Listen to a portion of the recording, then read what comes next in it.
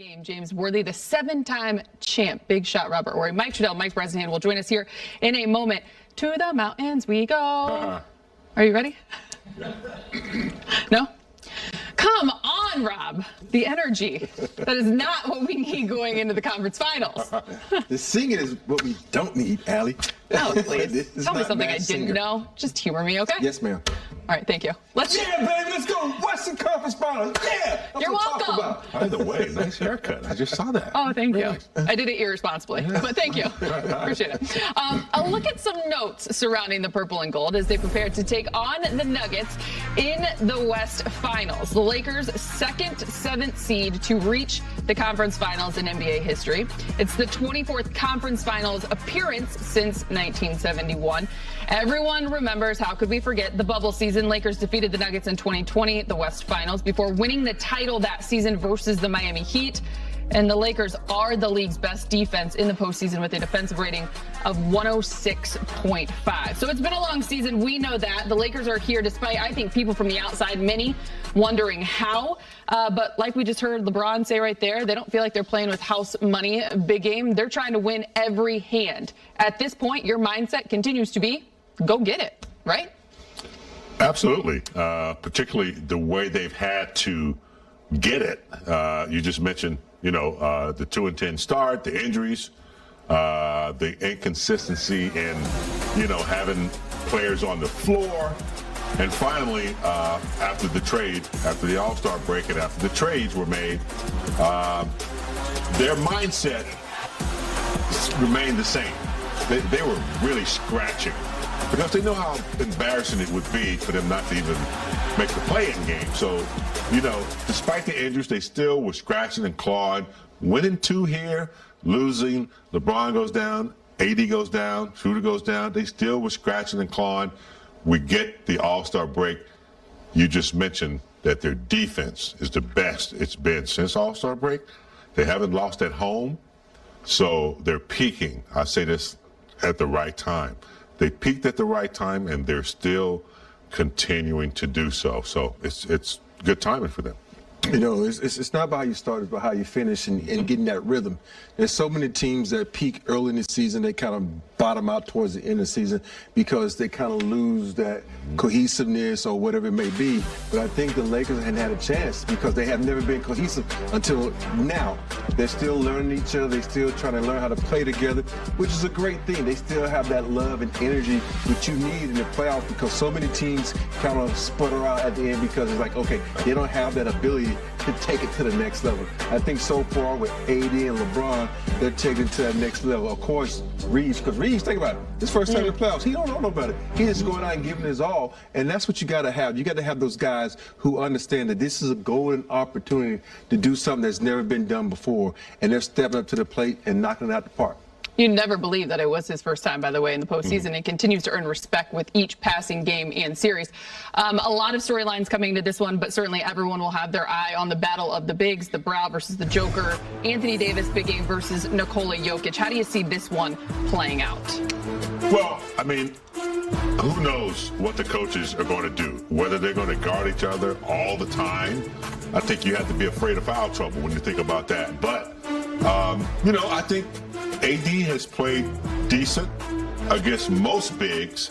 However, I saw something today where Jokic is shooting like 63% versus AD's, block attempts and the way he plays against AD. But AD's defense, the way he's played defense, he's only allowed like 29%, or something in that neighborhood. So whoever can stay out of foul trouble, I think AD needs to attack immediately. Catch and go.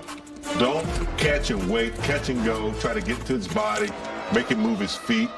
Jokic is smart, so you gotta mix it up against him, make him run the floor. But I think they'll throw a few people at Jokic, maybe even Rui, who's big and strong. So we'll see. It's gonna be interesting. For me, the key thing you said to me, James, is you got to be in attack mode. You got to go at Jokic. I know, don't try to use the game plan we use in the bubble to frustrate him. You saw what we frustrated him. Then the next game, it didn't work again. So he's seen that. He's done that. He's been a 2-time MVP since then. So I think they're going to have to really attack him. And better yet, every guy I'm telling, like AD, if you own Jokic, do not jump because you're tall enough and long enough. You don't have to jump because this guy doesn't jump. But once you get off your feet, he's so crafty at positioning his body, going under you with so many trick shots. So, if he scores 50, so be it. But just don't let those other four on the court with him get off. Their number one game plan is already out the window. Darvin Ham said they needed to kidnap him the second he walked out of his house, and I see him already on the floor. So we'll see where they go from here. Game 1 of the Western Conference Finals. It gets started at 5:30. We get you live to Denver. Lakers reporter Mike Trudell is standing by with the latest. Hey, Mike. Hey, what's happening, guys? Yeah, I think Jokic's brothers intercepted that attempt, so he's good.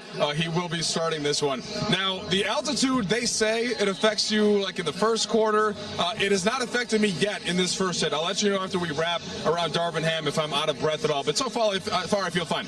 Now, I did want to know from Darvin, Allie, just what is the number one thing at the top of the list for the scouting report for Denver? Against Memphis, it was transition defense. They did that pretty well. Against the Warriors, it was taking away or at least contesting all of the perimeter shots, and especially from three. They didn't do that so great in the first couple games, but as this series went on, they certainly grew into a strength for the Lakers. So what is it for the Denver Nuggets? Here's Darvin Ham explaining. I think the same thing. They're an opportunistic transition team, but they do it, really efficient. Get a lot of good stuff when they do run. And it's just us and our defense. That's the way it's built out. Being great in transition, being great in pick and roll, off-ball actions, post-up ISOs. It's just the way our defense flows. So, but again, definitely nothing's changed from one series to the next. That's how we approach it. Knowing that whether it's Joker in trail, playing that 5-out. And looking for opportunities, backdoor passes, his ability to stretch the floor, flip it to a quick pick and roll, and even off the rebound, him being able to throw those touchdown passes. So we got to be alert and we got to be on point as soon as we miss a shot. And then just how would you describe the difference and challenge for AD when Golden State's primary player would be Steph, in this case Jokic, and just the differences of what he has to do in a series like that? Just doing his work early, trying not to allow him to get easy catches, and try to push him off his spot, which seems like every spot on the court is his spot, but he can operate from pretty much anywhere. But again, doing his work early and make sure he's not fouling, showing his hands, playing a good legal brand of defense, one-on-one defense. He has the knack for getting guys in foul trouble, and he's very, very crafty with and without the ball in his hands. So that's going to be a huge one. Just not staying out of foul trouble, having himself available in the game. Darvin, I wonder, as you and the staff decided how you want to handle Joker, what tape did you focus on the most, and is there any chance you go as far back as that conference finals matchup a few years ago? I mean, we some of our guys who were here for that, they mentioned some of the things that were done,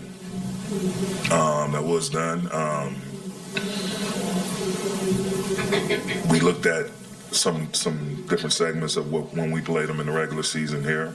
Our team was completely different, and we looked at a little bit of their playoff stuff, and so we pulled from a little bit of everything and came up with one unified thought, and an initial coverage, a counter coverage, and an escape plan, which I'm pretty sure we'll get to the escape plan with this guy.